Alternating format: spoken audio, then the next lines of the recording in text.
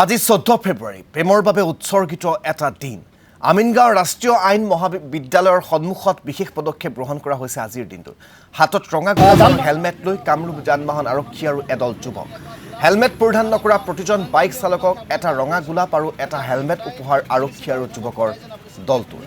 উপহাৰ দি প্ৰতিজনকে যান-বাহন আইন ভংগ নকৰিবলৈ আহ্বান জনালে দলটোৱে। কেৱল ইমানেই নহয়, যান-বাহন আইন মানি বাইক গাড়ী চলোৱা লোককো গোলাপ আৰু হেলমেট প্ৰদান দলটোৱে।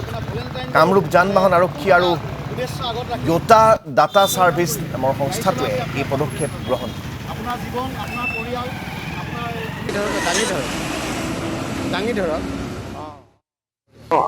আজি ভেলেণ্টাইন দিনৰ মুখত আমি সেইটো নিজৰ কোম্পানী য়োটা ডাটা ছাৰ্ভিচ প্ৰাইভেট লিমিটেডৰ সেইটো এগেইনষ্টত আমি সেইটো আজি ৰোড ছেফটিৰ কাৰণে কাম কৰি আছো।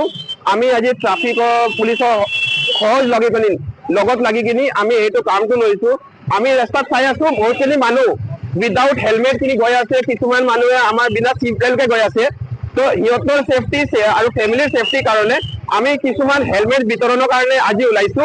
আমি সেইখিনি লৈ আছো কি আমি যিমান পাৰো নিজৰ ফালৰ পৰা আমাৰ নিজৰ কাৰণে কণ্টেষ্টৰ কাৰণে আৰু এজ এ কোম্পানী আমি ভাবি আছো কি চৰকাৰৰ ফালৰ পৰা যোনটো হয় ফেচিলিটিটো আৰু আমাৰ নিজৰ ফেচিলিটিটো লৈ কিনি আমি অলপমান for growth of the nation